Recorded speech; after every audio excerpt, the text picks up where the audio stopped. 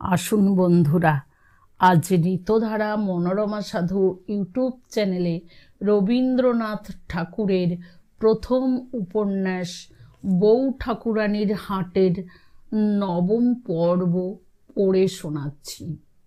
এই পর্বে অন্তর্ভুক্ত আছে দ্বাবিংশ, ত্রয়োবিংশ, চতুর্বিংশ, পঞ্চবিংশ ও ষড়বিংশ পরিচ্ছেদ।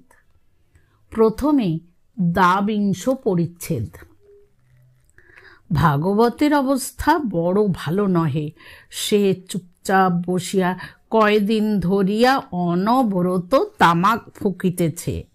ভাগবত যখন মনোযোগের সহিত তামাক ফুঁকিতে থাকে তখন প্রতিবেশীদের আশঙ্কার কারণ উপস্থিত হয়, কারণ তাহার মুখ দিয়া কালো কালো ধোঁয়া পাকাইয়া পাকাইয়া উঠিতে থাকে। তাহার মনের মধ্যেও তেমনি একটা কৃষ্ণবর্ণ পাকচক্রের কারখানা চলিতে থাকে। কিন্তু ভাগবত লোকটা বড় ধর্মনিষ্ঠ, সে কাহারও সঙ্গে মেশে না, এই যা তাহার দোষ। হরিনামের মালা লইয়া থাকে, অধিক কথা কয় না, পরচর্চায় থাকে না। কিন্তু কেহ যখন ঘোরতর বিপদে পড়ে তখন ভাগবতের মতো পাকা পরামর্শ দিতে আর কেহ পারে না। ভাগবত কখনো ইচ্ছা করিয়া পরের অনিষ্ট করে না, কিন্তু আর কেহ যদি তাহার অনিষ্ট করে তবে ভাগবত ইহজন্মে তাহা কখনো ভোলে না। তাহার শোধ তুলিয়া তবে সে হুঁকা নামাইয়া রাখে। এক কথায় সংসারে যাহাকে ভালো বলে ভাগবত তাহাই। পাড়ার লোকেরাও তাহাকে মান্য করে। দুরবস্থায় ভাগবত ধার করিয়াছিল, কিন্তু ঘটি বাটি বেচিয়া তাহা শোধ করিয়াছে। একদিন সকালে সীতারাম আসিয়া ভাগবতকে জিজ্ঞাসা করিল, দাদা কেমন আছো হে? ভাগবত কহিল, ভালো না। সীতারাম কহিল, কেন বলো দেখি? ভাগবত কিয়ৎক্ষণ তামাক টানিয়া সীতারামের হাতে হুঁকা দিয়া কহিল, বড় টানাটানি পড়িয়াছে। সীতারাম কহিল, বটে, তা কেমন করিয়া হইল? ভাগবত মনে মনে কিঞ্চিত রুষ্ট হইয়া কহিল, কেমন করিয়া হইল? তোমাকেও তাহা বলিতে হইবে নাকি? আমি তো জানিতাম আমারও যে দশা তোমারও সে দশা। সীতারাম কিছু অপ্রস্তুত হইয়া কহিল, না হে, আমি সে কথা কহিতেছি না। আমি বলিতেছি তুমি ধার করো না কেন? ভাগবত কহিল, ধার করিলে তো শুধিতে হইবে। শুধিব কি দিয়া? বিক্রি করিবার ও বাধা দিবার জিনিস বড় অধিক নাই। সীতারাম সগর্বে কহিল, তোমার কত টাকা ধার চাই, আমি দিব? ভাগবত কহিল, বটে, তা এতই যদি তোমার টাকা হইয়া থাকে যে এক মুঠা জলে ফেলিয়া দিলেও কিছু না আসে যায়, তাহা হইলে আমাকে গোটা 10 দিয়া ফেলো। কিন্তু আগে হইতে বলিয়া রাখিতেছি, আমার শুধিবার শক্তি নাই। সীতারাম কহিল, সেজন্যে দাদা তোমাকে ভাবিতে হইবে না।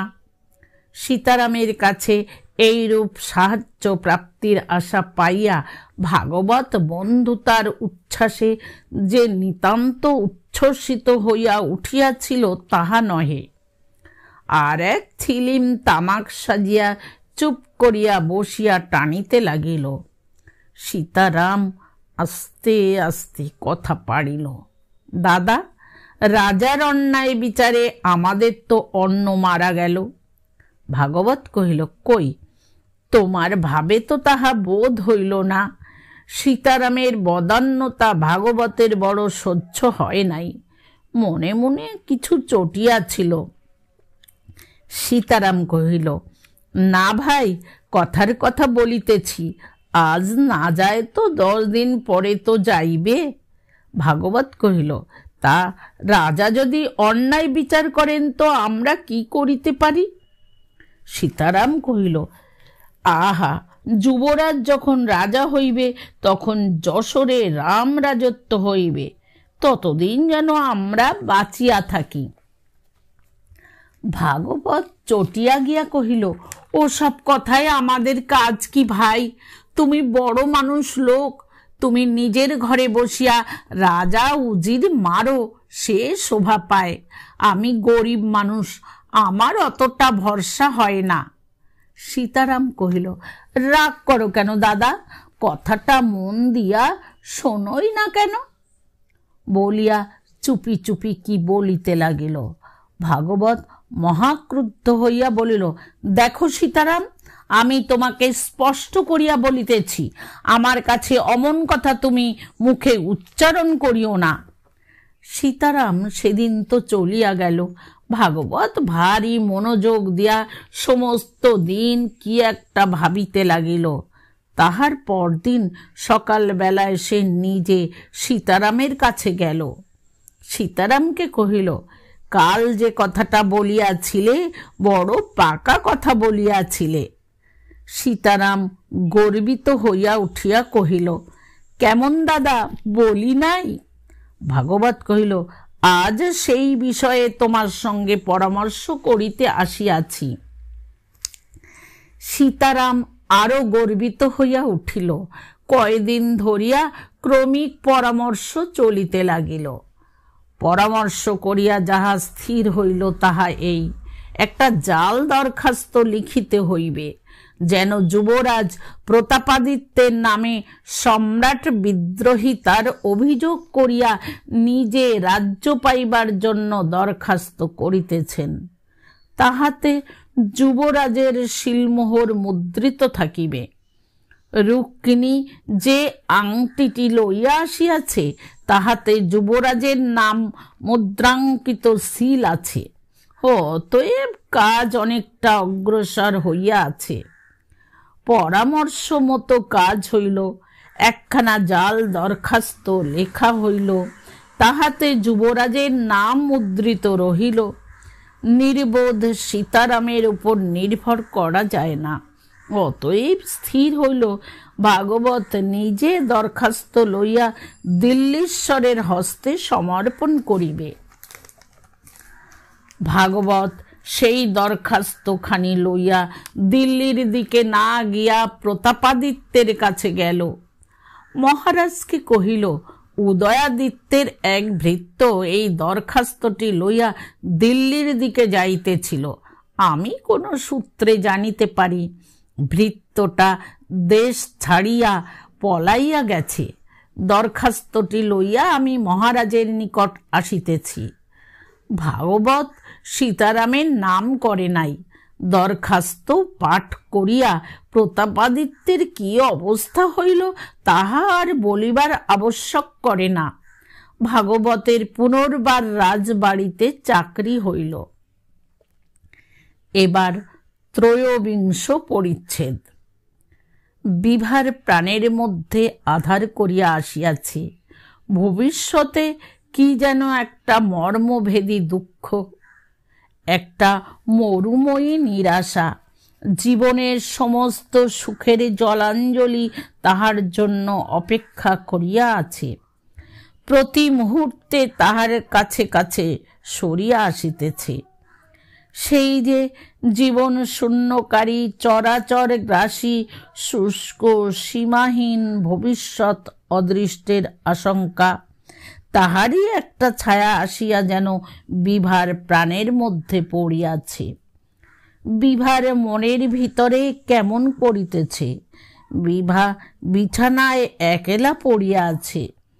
এ সময়ে বিভার কাছে কেহ নাই। বিভা নিঃশ্বাস ফেলিয়া, বিভা কাঁদিয়া, বিভা আকুল হইয়া কহিল, আমাকে কি তবে পরিত্যাগ করিলে? আমি তোমার নিকট কি অপরাধ করিয়াছি? কাঁদিয়া কাঁদিয়া কহিতে লাগিল, আমি কি অপরাধ করিয়াছি? দুটি হাতে মুখ ঢাকিয়া বালিশ বুকে লইয়া কাঁদিয়া কাঁদিয়া বারবার করিয়া কহিল, আমি কি করিয়াছি? একখানি পত্র না, একটি লোকও আসিল না, কাহারও মুখে সংবাদ শুনিতে পাই না। আমি কি করিব? বুক ফাটিয়া ছটফট করিয়া সমস্ত দিন ঘরে ঘরে ঘুরিয়া বেড়াইতেছি। কেহ তোমার সংবাদ বলে না, কাহার মুখে তোমার নাম শুনিতে পাই না। মাগো মা, দিন কি করিয়া কাটিবে?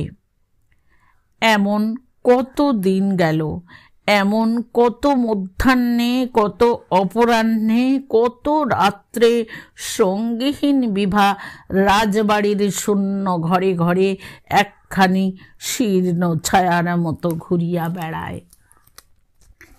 এমন সময় একদিন প্রাতঃকালে রামমোহন আসিয়া মাগো জয় হোক বলিয়া প্রণাম করিল।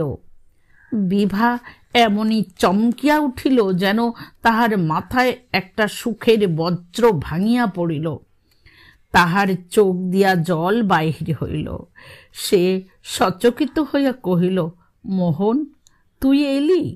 হ্যাঁ মা, দেখিলাম মা আমাদের ভুলিয়া গেছেন, তাহাকে একবার স্মরণ করাইয়া আসি।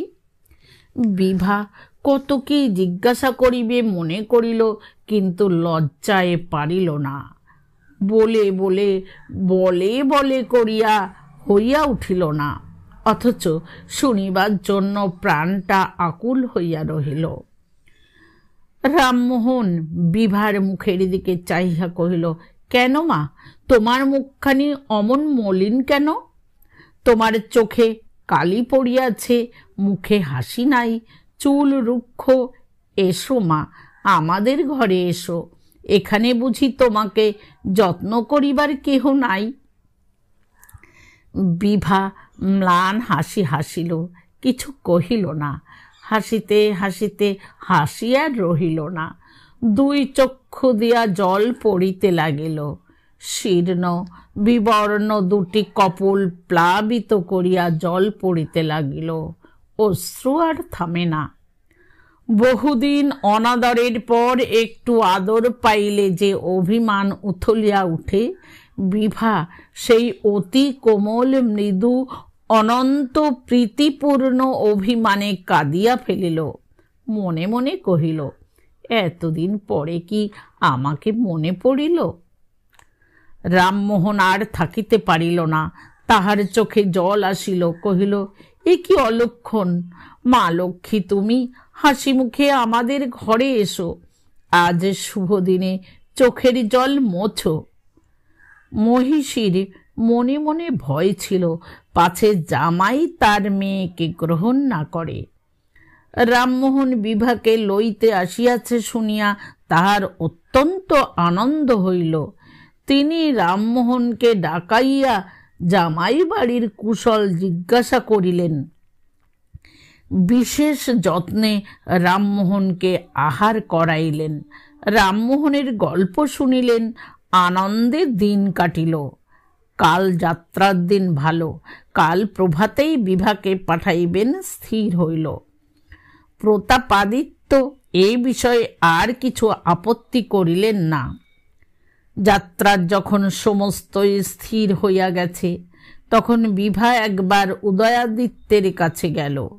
উদয়াদিত্য একাকী বসিয়া কি একটা ভাবিতেছিলেন। বিভাকে দেখিয়া সহসা ঈষৎ চমকিত হইয়া কহিলেন, বিভা, তবে তুই চলিলি? তা ভালোই হইল, তুই সুখে থাকিতে পারিবি। আশীর্বাদ করি, লক্ষ্মী স্বরূপা হইয়া স্বামীর ঘর উজ্জ্বল করিয়া থাক। বিভা উদয়াদিত্যের পায়ের কাছে পড়িয়া কাঁদিতে লাগিল। উদয়াদিত্যের চোখ দিয়া জল পড়িতে লাগিল। বিভার মাথায় হাত দিয়া তিনি কহিলেন, কেন কাঁদিতেছিস? এখানে তোর কি সুখ ছিল বিভা? চারিদিকে কেবল দুঃখ, কষ্ট, শোক। এই কারাগার হইতে পালাইলি, তুই বাঁচিলি। বিভা যখন উঠিল, তখন উদয়াদিত্য কহিলেন, যাইতেছিস? তবে আয়। স্বামী গৃহে গিয়া আমাদের একেবারে যেন ভুলিয়া যাসনি। একবার মনে করিস, মাঝে মাঝে যেন সংবাদ পাই। বিভা রামমোহনের কাছে গিয়া কহিল, এখন আমি যাইতে পারিব না। রামমোহন বিস্মিত হইয়া কহিল, সে কি কথা মা? বিভা কহিল, না, আমি যাইতে পারিব না। দাদাকে আমি একলা যখন ফেলিয়া যাইতে পারিব না, আমা হইতেই তাহার এত কষ্ট, এত দুঃখ, আর আমি আজ তাহাকে এখানে ফেলিয়া রাখিয়া সুখ ভোগ করিতে যাইব? যতদিন তাহার মনে তিলমাত্র কষ্ট থাকিবে, ততদিন আমিও তাহার সঙ্গে সঙ্গে থাকিব। এখানে আমার মতো তাহাকে কে যত্ন করিবে? বলিয়া বিভা কাঁদিয়া চলিয়া গেল। অন্তঃপুরে একটা গোলযোগ বাঁধিয়া উঠিল। মহিষী আসিয়া বিভাকে তিরস্কার করিতে লাগিলেন। তাহাকে অনেক ভয় দেখাইলেন, অনেক পরামর্শ দিলেন। বিভা কেবল কহিল, না মা, আমি পারিব না। মহিষী রোষে বিরক্তিতে কাঁদিয়া কহিলেন, এমন মেয়েও তো কোথাও দেখি নাই। তিনি মহারাজের কাছে গিয়া সমস্ত কহিলেন। মহারাজ প্রশান্তভাবে কহিলেন, তা বেশ তো, বিভার যদি ইচ্ছা না হয় তো কেন যাইবে? মহিষী অবাক হইয়া হাত উল্টাইয়া হাল ছাড়িয়া দিয়া কহিলেন, তোমাদের যাহা ইচ্ছা তাহাই করো, আমি আর কোনো কথাই থাকিব না। উদয়াদিত্য সমস্ত শুনিয়া বিস্মিত হইলেন। তিনি বিভাকে আসিয়া অনেক করিয়া বুঝাইলেন।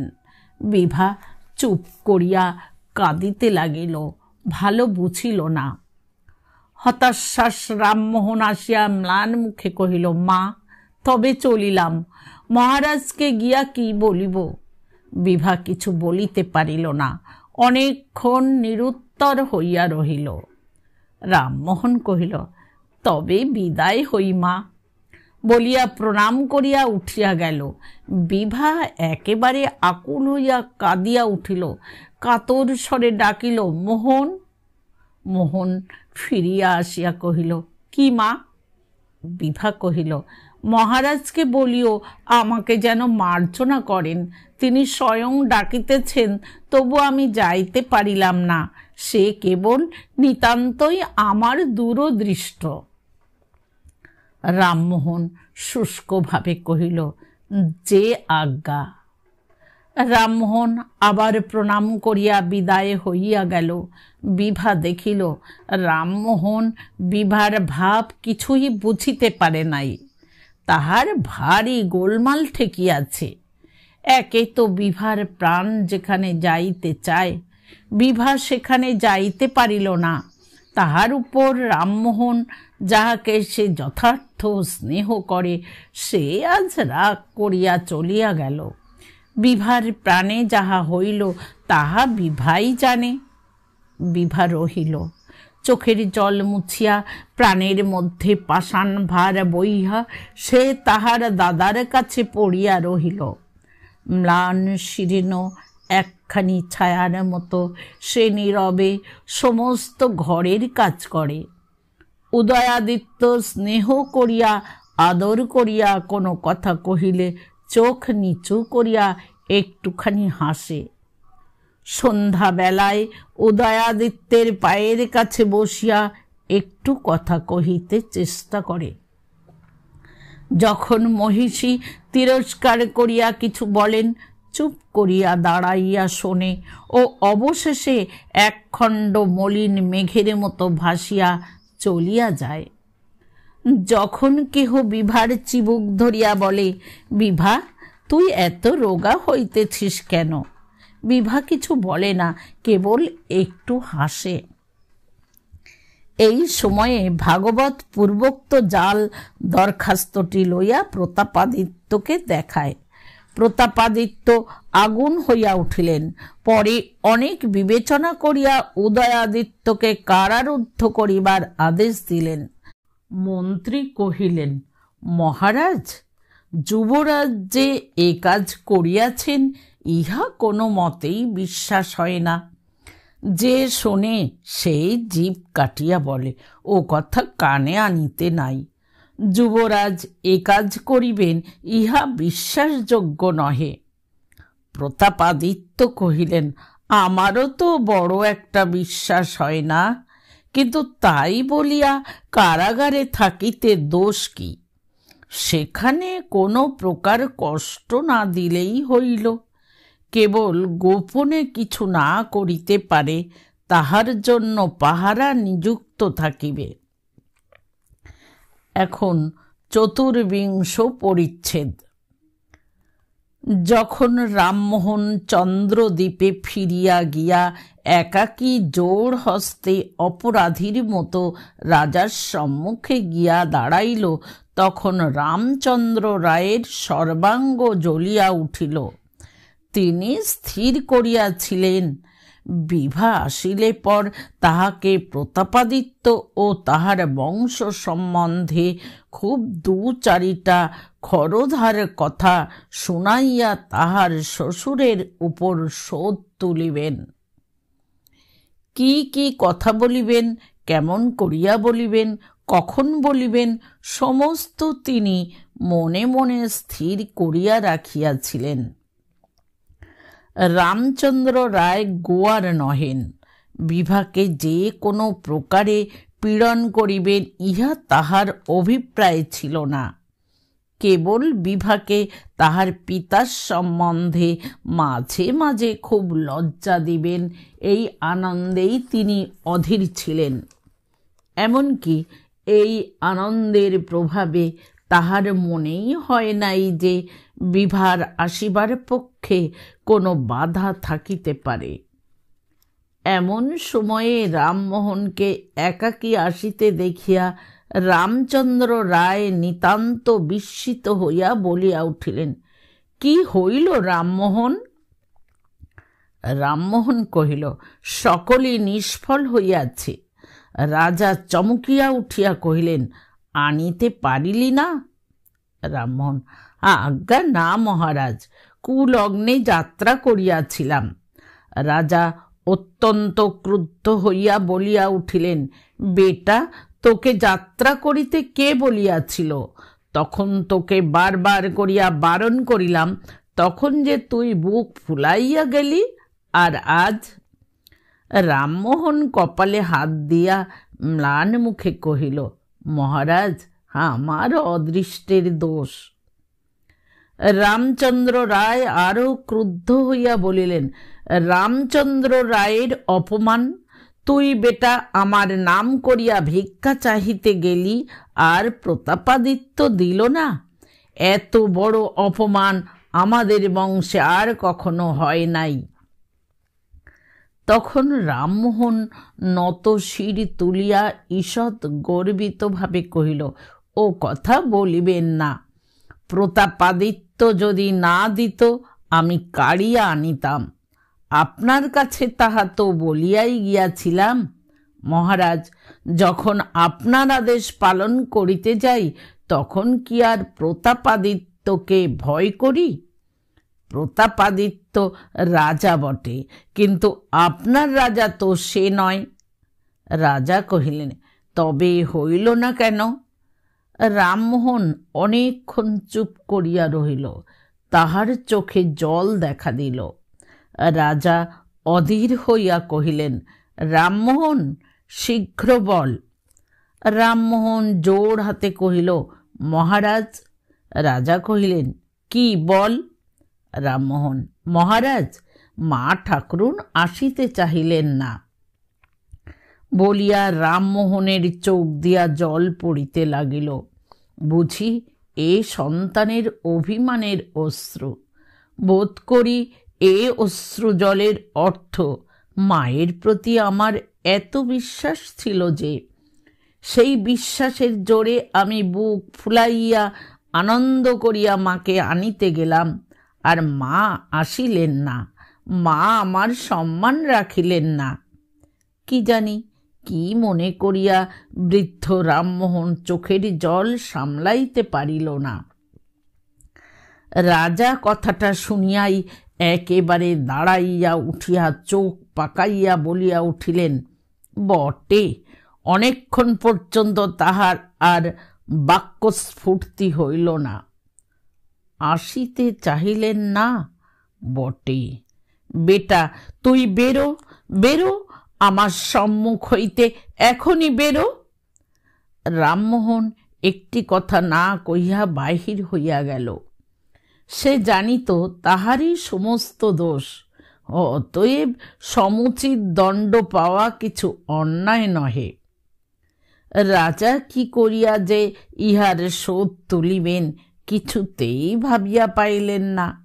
প্রতাপাদিত্যের কিছু করিতে পারিবেন না, বিভাকেও হাতের কাছে পাইতেছেন না। রামচন্দ্র রায় অধীর হইয়া বেড়াইতে লাগিলেন। দিন দুয়েকের মধ্যে সংবাদটা নানা আকারে নানা দিকে রাষ্ট্র হইয়া পড়িল। এমন অবস্থা হইয়া দাঁড়াইল যে প্রতিশোধ না লইলে আর মুখ রক্ষা হয় না। এমনকি প্রজারা পর্যন্ত প্রতিশোধ লইবার জন্য ব্যস্ত হইল। তাহারা কহিল, আমাদের মহারাজার অপমান, অপমানটা যেন সকলের গায়ে লাগিয়াছে। একে তো প্রতিহিংসা প্রবৃত্তি রামচন্দ্র রায়ের মনে স্বভাবতই বলবান আছে, তাহার উপরে তাহার মনে হইতে লাগিল প্রতিহিংসা না লইলে প্রজারা কি মনে করিবে, ভৃত্যেরা কি মনে করিবে, রমাই ভাঁড় কি মনে করিবে। তিনি যখন কল্পনায় মনে করেন এই কথা লইয়া রমাই আর একজন ব্যক্তির কাছে হাসি টিটকারি করিতেছে, তখন তিনি অত্যন্ত অস্থির হইয়া পড়েন। একদিন সভায় মন্ত্রী প্রস্তাব করিলেন, মহারাজ, আপনি আরেকটি বিবাহ করুন। রমাই ভাঁড় কহিল, আর প্রতাপাদিত্যের মেয়ে তাহার ভাইকে লইয়া থাকুক। রাজা রমাইয়ের দিকে চাইয়া হাসিয়া কহিলেন, ঠিক বলিয়াছ রমাই। রাজাকে হাসিতে দেখিয়া সকল সভাসদই হাসিতে লাগিল। কেবল ফার্নান্ডিস বিরক্ত হইল, সে হাসিল না। রামচন্দ্র রায়ের মতো লোকেরা সম্ভ্রম রক্ষার জন্য সততই ব্যস্ত, কিন্তু সম্ভ্রম কাহাকে বলে ও কি করিয়া সম্ভ্রম রাখিতে হয় সে জ্ঞান তাহাদের নাই। দেওয়ানজি কহিলেন, মন্ত্রী মহাশয় ঠিক বলিয়াছেন, তাহা হইলে প্রতাপাদিত্যকে ও তাহার কন্যাকে বিলক্ষণ শিক্ষা দেওয়া হইবে। রমাই ভাঁড় কহিল, এ শুভ কার্যে আপনার বর্তমান শ্বশুর মহাশয়কে একখানা নিমন্ত্রণ পত্র পাঠাইতে ভুলিবেন না, নহিলে কি জানি তিনি মনে দুঃখ করিতে পারেন। বলিয়া রমাই চোখ টিপিল। সভাস্থ সকলে হাসিতে লাগিল। যাহারা দূরে বসিয়াছিল কথাটা শুনিতে পায় নাই, তাহারাও না হাসিয়া কিছুতেই থাকিতে পারিল না। রমাই কহিল, বরণ করিবার নিমিত্ত এও স্ত্রীদের মধ্যে যশোরে আপনার শাশুড়ি ঠাকুরুনকে ডাকিয়া পাঠাইবেন, আর মিষ্টান্ন মিতরে জনা। প্রতাপাদিত্যের মেয়েকে যখন এক থাল মিষ্টান্ন পাঠাইবেন, তখন তাহার সঙ্গে দুটো কাঁচা রম্ভা পাঠাইয়া দিবেন। রাজা হাসিয়া অস্থির হইলেন। সভাসদেরা মুখে চাদর দিয়া মুখ বাঁকাইয়া হাসিতে লাগিল। ফার্নান্ডিস অলক্ষিতভাবে উঠিয়া চলিয়া গেল। দেওয়ানজি একবার রসিকতা করিবার চেষ্টা করিলেন, কহিলেন, মিষ্টান্ন মিতরে জনা। যদি ইতর লোকের ভাগ্যেই মিষ্টান্ন থাকে, তাহা হইলে যশোহরেই সমস্ত মিষ্টান্ন খরচ হইয়া যায়। চন্দ্রদ্বীপে আর মিষ্টান্ন খাইবার উপযুক্ত লোক থাকে না। কথাটা শুনিয়া কাহারও হাসি পাইল না। রাজা চুপ করিয়া গুড়গুড়ি টানিতে লাগিলেন। সভাসদেরা গম্ভীর হইয়া রহিল। রমাই দেওয়ানের দিকে একবার অবাক হইয়া চাহিল। এমনকি একজন অমাত্য বিশেষভাবে জিজ্ঞাসা করিল, সে কি কথা দেওয়ানজি মহাশয়? রাজার বিবাহে মিষ্টান্নের বন্দোবস্ত কি এত কম হইবে? দেওয়ানজি মহাশয় মাথা চুলকাইতে লাগিলেন। বিবাহের কথা সমস্ত স্থির হইয়া গেল। এবার ৫৫ পরিচ্ছেদ। উদয়াদিত্যকে যেখানে রুদ্ধ করা হইয়াছে তাহা প্রকৃত কারাগার নহে, তাহা প্রাসাদ সংলগ্ন একটি ক্ষুদ্র অট্টালিকা। বাটির ঠিক ডান পাশেই এক রাজপথ ও তাহার পূর্ব দিকে প্রশস্ত এক প্রাচীর আছে। তাহার উপর প্রহরীরা পায়চারি করিয়া পাহারা দিতেছে। ঘরেতে একটি অতি ক্ষুদ্র জানালা কাটা, তাহার মধ্য দিয়া খানিকটা আকাশ, একটা বাঁশঝাড় ও একটি শিব মন্দির দেখা যায়। উদয়াদিত্য প্রথম যখন কারাগারে প্রবেশ করিলেন তখন সন্ধ্যা উত্তীর্ণ হইয়া গিয়াছে।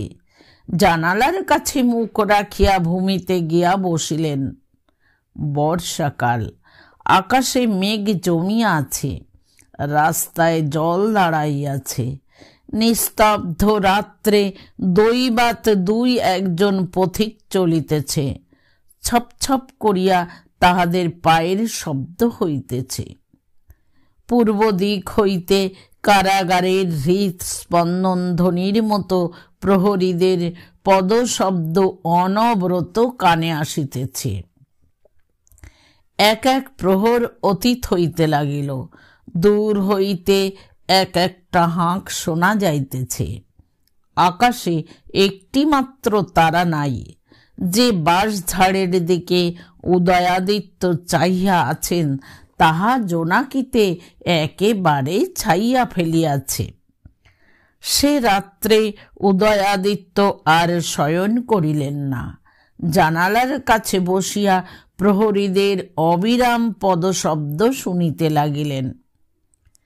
বিভা আজ সন্ধ্যাবেলায় একবার অন্তঃপুরের বাগানে গিয়াছে।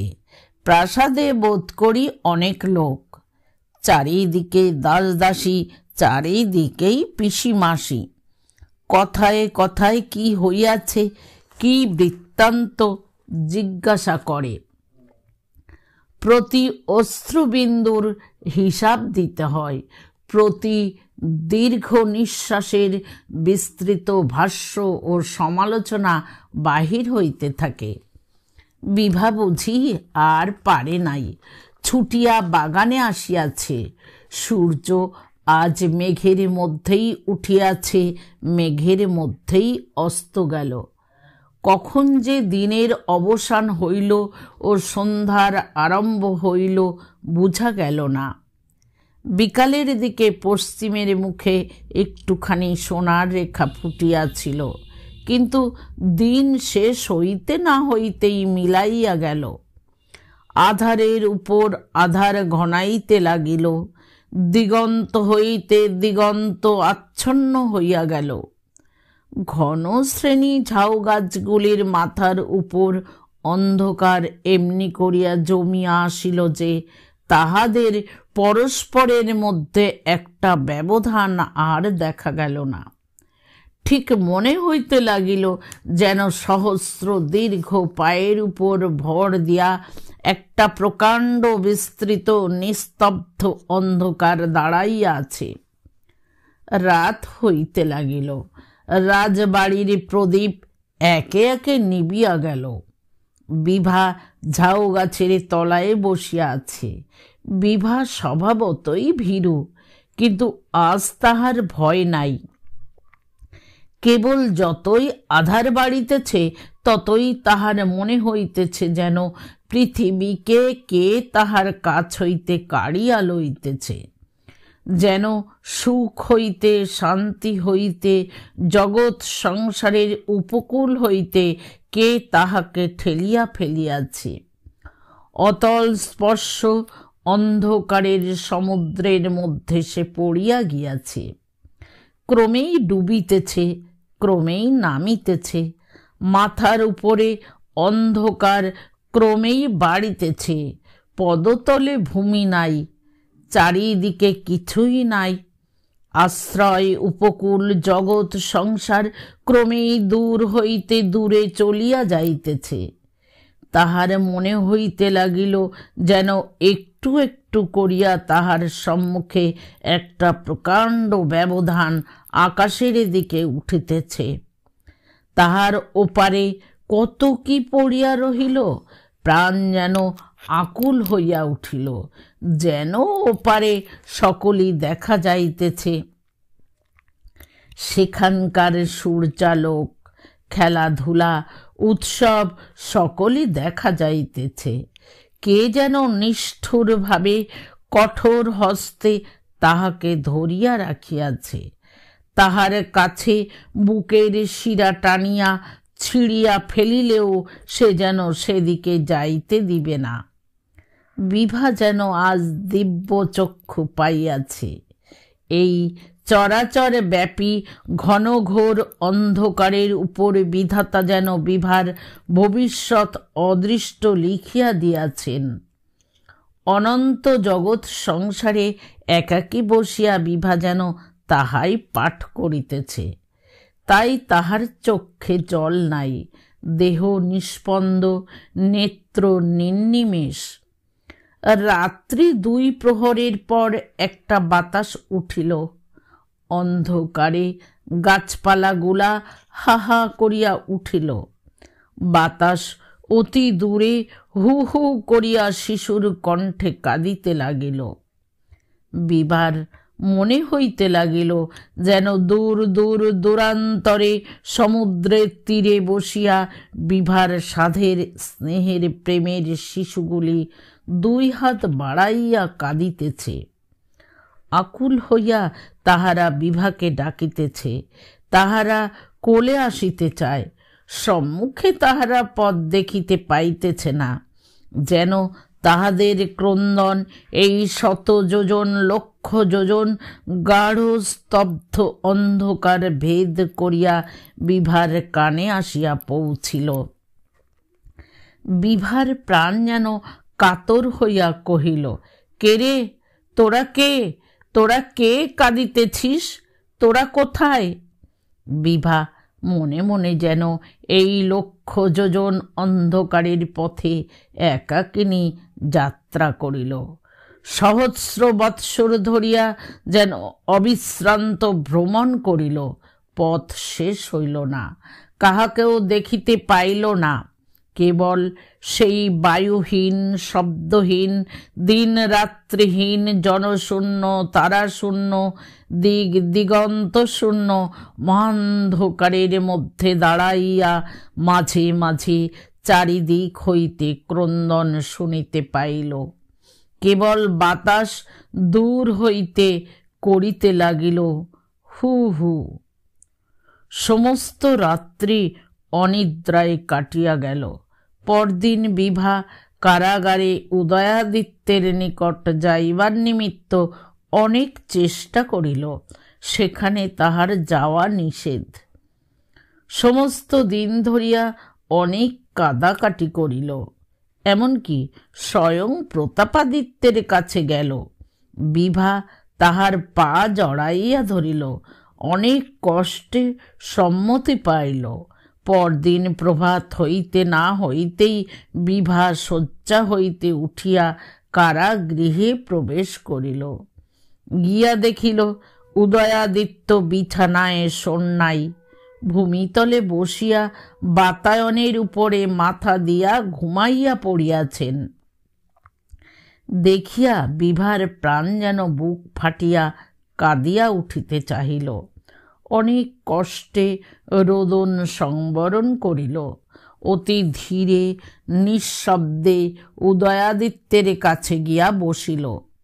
ক্রমে প্রভাত পরিষ্কার হইয়া আসিল। নিকটের বন হইতে পাখিরা গাইয়া উঠিল। পাশের রাজপথ হইতে পান্থেরা গান গাইয়া উঠিল। দুই একটি রাত্রি জাগরণে ক্লান্ত প্রহরী আলো দেখিয়া মৃদুস্বরে গান গাহিতে লাগিল। নিকটস্থ মন্দির হইতে শাক ঘণ্টার শব্দ উঠিল। উদয়াদিত্য সহসা চমকিয়া জাগিয়া উঠিলেন। বিভাকে দেখিয়াই বলিয়া উঠিলেন, এ কি বিভা, এত সকালে যে? ঘরের চারিদিকে চাহিয়া দেখিয়া বলিলেন, এ কি, আমি কোথায়? মুহূর্তের মধ্যে মনে পড়িল তিনি কোথায়। বিভার দিকে চাহিয়া নিঃশ্বাস ফেলিয়া কহিলেন, আহ বিভা, তুই আসিয়াছিস? কাল তোকে সমস্ত দিন দেখি নাই, মনে হইয়াছিল বুঝি তোদের আর দেখিতে পাইব না। বিভা উদয়াদিত্যের কাছে আসিয়া চোখ মুছিয়া কহিল, দাদা, মাটিতে বসিয়া কেন? খাটে বিছানা পাতা রহিয়াছে, দেখিয়া বোধ হইতেছে একবারও তুমি খাটে বসো নাই। এ দুদিন কি তবে ভূমিতেই আসন করিয়াছ? বলিয়া বিভা কাঁদিতে লাগিল। উদয়াদিত্য ধীরে ধীরে কহিলেন, খাটে বসিলে আমি যে আকাশ দেখিতে পাই না বিভা। জানালার ভিতর দিয়া আকাশের দিকে চাইয়া যখন পাখিদের উড়িতে দেখি, তখন মনে হয় আমারও একদিন খাঁচা ভাঙিবে, আমিও একদিন ওই পাখিদের মতো ওই অনন্ত আকাশে প্রাণের সাথে সাঁতার দিয়া বেড়াইব। এ জানালা হইতে যখন সরিয়া যাই, তখন চারিদিকে অন্ধকার দেখি, তখন ভুলিয়া যাই যে আমার একদিন মুক্তি হইবে, একদিন নিষ্কৃতি হইবে। মনে হয় না জীবনের বেড়ি একদিন ভাঙিয়া যাইবে, এই কারাগার হইতে একদিন খালাস পাইব। বিভা, এই কারাগারের মধ্যে এই 2 হাত জমি আছে, যেখানে আসিলেই আমি জানিতে পারি যে আমি স্বভাবতই স্বাধীন। কোনো রাজা মহারাজা আমাকে বন্দি করিতে পারে না। আর ওইখানে ওই ঘরের মধ্যে ওই কোমল শয্যা, ওইখানেই আমার কারাগার। আজ বিভাকে সহসা দেখিয়া উদয়াদিত্যের মনে অত্যন্ত আনন্দ হইল। বিভা যখন তাহার চক্ষে পড়িল, তখন তাহার কারাগারের সমুদয় দ্বার যেন মুক্ত হইয়া গেল। সেদিন তিনি বিভাকে কাছে বসাইয়া আনন্দে এত কথা বলিয়াছিলেন যে কারা প্রবেশের পূর্বে বোধ করি এত কথা কখনো বলেন নাই। বিভা উদয়াদিত্যের সে আনন্দ মনে মনে বুঝিতে পারিয়াছিল। জানি না এক প্রাণ হইতে আর এক প্রাণে কি করিয়া বার্তা যায়, এক প্রাণে তরঙ্গ উঠিলে আর এক প্রাণে কি নিয়মে তরঙ্গ উঠে। বিভার হৃদয় পুলকে পুরিয়া উঠিল। তাহার অনেক দিনের উদ্দেশ্য আজ সফল হইল। বিভা সামান্য বালিকা, উদয়াদিত্যকে সে যে আনন্দ দিতে পারে, অনেক দিনের পর ইহা সে সহসা আজ বুঝিতে পারিল। হৃদয়ে সে বল পাইল। এতদিন সে চারিদিকে অন্ধকার দেখিতেছিল, কোথাও কিনারা পাইতেছিল না। নিরাশার গুরু ভারে একেবারে নত হইয়া পড়িয়াছিল। নিজের উপর তাহার বিশ্বাস ছিল না। অনবরত সে উদয়াদিত্যের কাজ করিত, কিন্তু বিশ্বাস করিতে পারিত না যে তাহাকে সুখী করিতে পারিবে। আজ সে সহসা একটা পথ দেখিতে পাইয়াছে। এতদিনকার সমস্ত শ্রান্তি একেবারে ভুলিয়া গেল। আজ তাহার চোখে প্রভাতের শিশিরের মতো অশ্রুজল দেখা দিল। আজ তাহার অধরে অরুণ কিরণের নির্মল হাসি ফুটিয়া উঠিল। বিভাও প্রায় কারাবাসিনী হইয়া উঠিল। গৃহের বাতায়নের মধ্য দিয়া যখনই প্রভাত প্রবেশ করিত, কারাদ্বার খুলিয়া গিয়া তখনই বিভার বিমল মূর্তি দেখা দিত। বিভা বেতনভোগী ভৃত্যদের কিছুই করিতে দিত না। নিজের হাতে সমুদয় কাজ করিত, নিজে আহার আনিয়া দিত, নিজে শয্যা রচনা করিয়া দিত। একটি টিয়া পাখি আনিয়া ঘরে টাঙাইয়া দিল ও প্রতিদিন সকালে অন্তঃপুরের বাগান হইতে ফুল তুলিয়া আনিয়া দিত। ঘরে একখানি মহাভারত ছিল। উদয়াদিত্য বিভাকে কাছে বসাইয়া তাহাই পড়িয়া শুনাইতেন। কিন্তু উদয়াদিত্যের মনের ভিতরে একটি কষ্ট জাগিয়া আছে।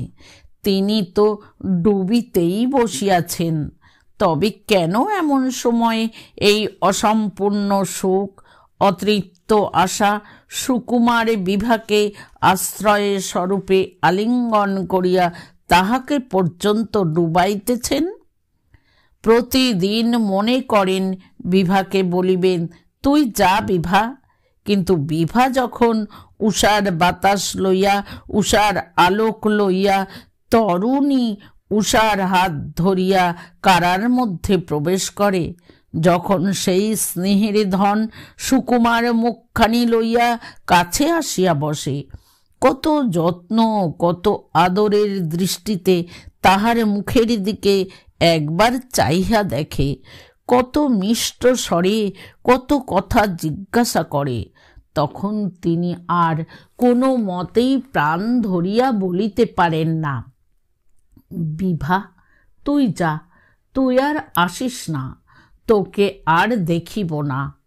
প্রত্যহ মনে করেন কাল বলিব, কিন্তু সে কাল আর কিছুতেই আসিতে চায় না। অবশেষে একদিন দৃঢ় প্রতিজ্ঞা করিলেন। বিভা আসিল। বিভাকে বলিলেন, বিভা তুই আর এখানে থাকিস নে, তুই না গেলে আমি কিছুতেই শান্তি পাইতেছি না।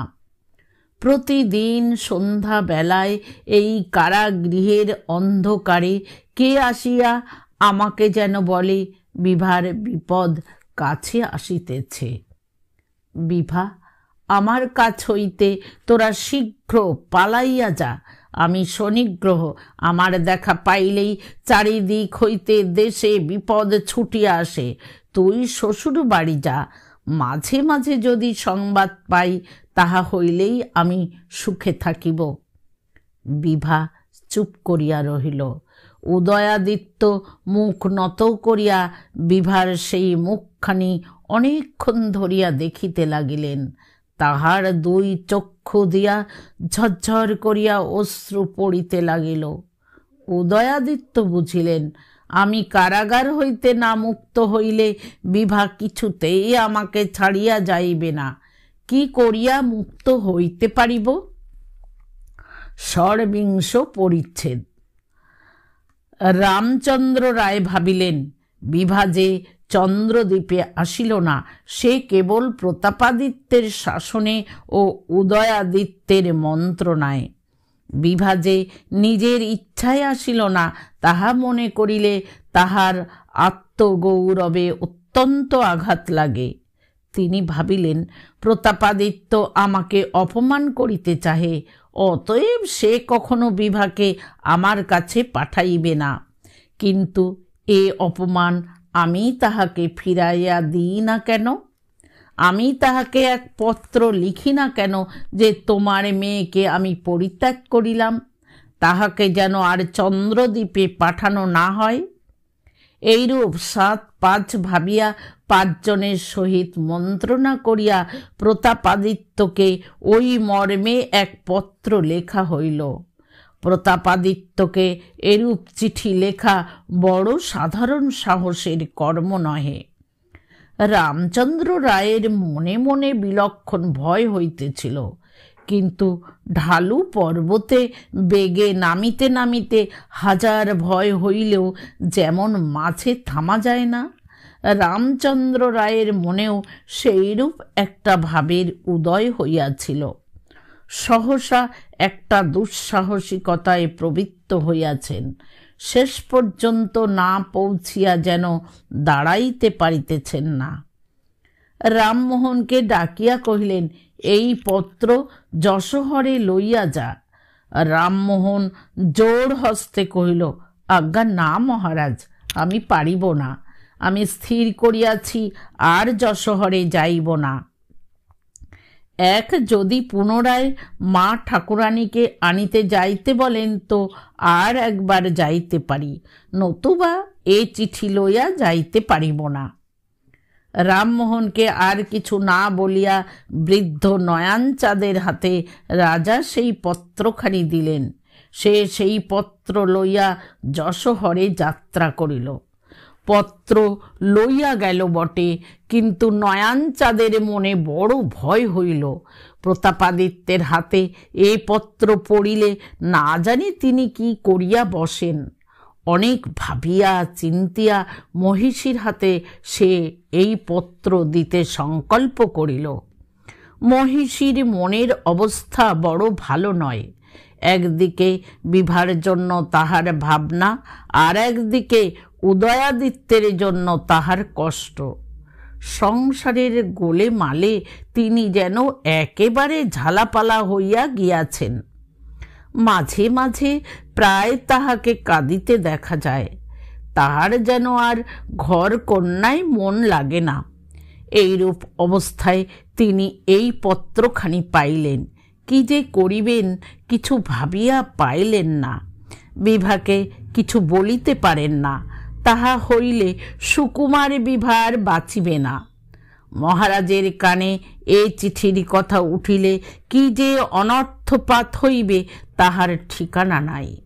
অথচ এমন সংকটের অবস্থায় কাহাকে কিছু না বলিয়া, কাহারও নিকট কোনো পরামর্শ না লইয়া মহিষী বাঁচিতে পারেন না। চারিদিক অকুল পাথার দেখিয়া কাঁদিতে কাঁদিতে প্রতাপাদিত্যের কাছে গেলেন। কহিলেন, মহারাজ, বিভার তো যাহা হয় একটা কিছু করিতে হইবে। প্রতাপাদিত্য কহিলেন, কেন বলো দেখি? মহিষী কহিলেন, না, কিছু যে হইয়াছে তাহা নহে, তবে বিভাকে তো এক সময়ে শ্বশুর বাড়ি পাঠাইতে হইবে। সে তো বুঝিলাম, তবে এতদিন পরে আজ যে সহসা তাহা মনে পড়িল।